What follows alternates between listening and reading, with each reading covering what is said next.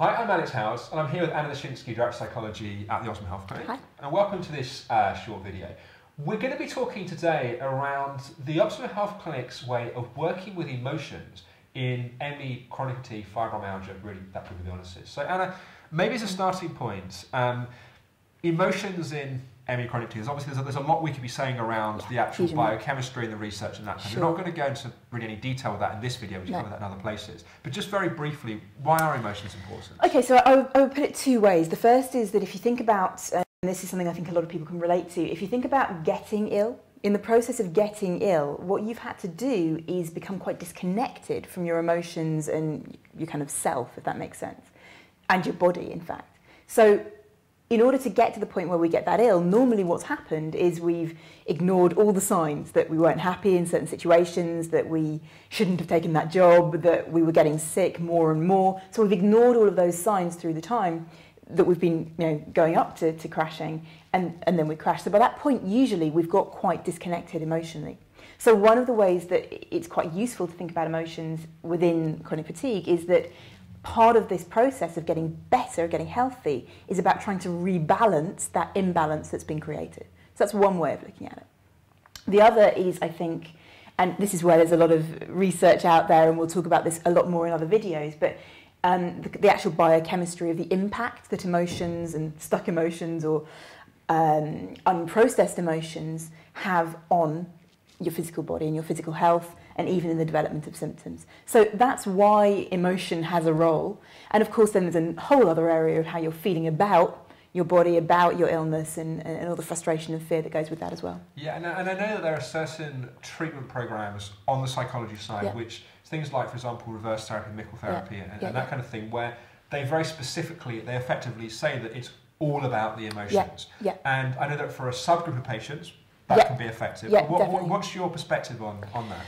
I think that it is an interesting take on it. I think it's really valid. I know for myself in my own recovery, as I've said in various places, understanding my emotions and where I hadn't listened to them was significant.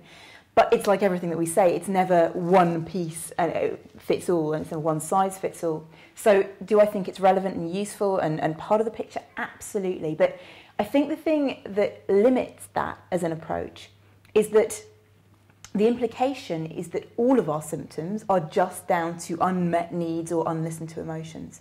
And I don't see that being consistently true.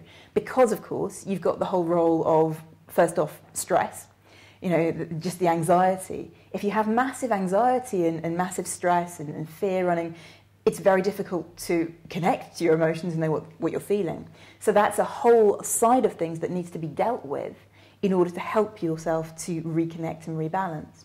The other thing that isn't really being dealt with there is any of the nutritional side of things or structural, any of that part of the picture as well. So I think it's a bit of it, a part of it, and personally I think it will really massively depend on the person as to how significant that is and how relevant it is. And I know that there are also, and again this was part of my recovery process, that people can get very caught up in doing lots of psychotherapy and lots of kind of exploration of their feelings, their emotions and their history.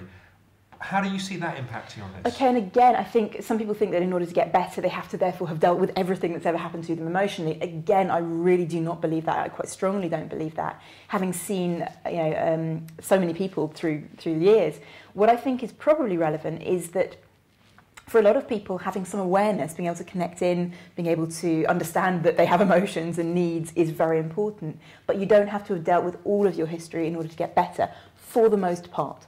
However, there will be people where, and this is particularly where we talk about trauma sometimes within the clinic and in terms of the psychology side, if there's been a lot of trauma and the body is almost stuck in that state, then sometimes there is work that needs to be done to undo that, to get you to the point where you can fully heal. So it really, again, is very much based on the individual as to what's going to be most relevant and where and how. Yeah, and I know that, again, this was true for me on my path, I know it's true for a lot of people as well, that I think it's a very useful and helpful thing to be on a kind of internal path of discovery, and I was almost ongoingly, constantly reading books around psychology and various forms of therapy, and I was using stuff with myself, but there was something really missing in having a really skilled, insightful practitioner. So I'm wondering, and I know there are certain treatment programs that are kind of self-treatment programs, and what your thoughts are about the importance of a practitioner that's skilled in this area? Well, I think if you look at what we're saying today about emotions, we're saying that for some people there's a particular route that needs to happen, there are particular things that need to be dealt with. For other people, it will be far more about calming down the nervous system, dealing with stress, dealing with the kind of nutritional aspects of it.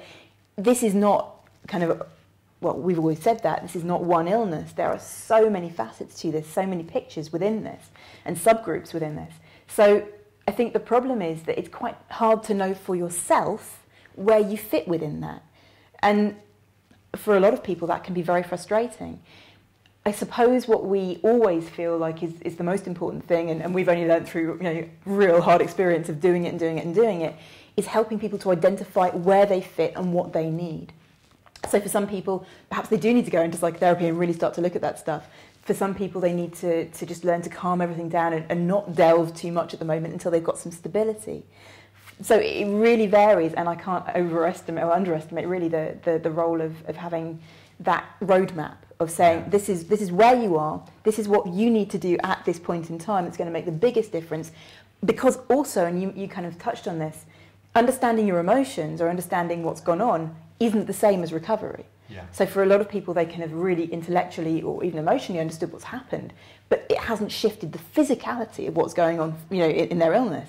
And from our point of view, that's the most important thing at this point, is that you can be emotionally very, very literate, but still not actually be well.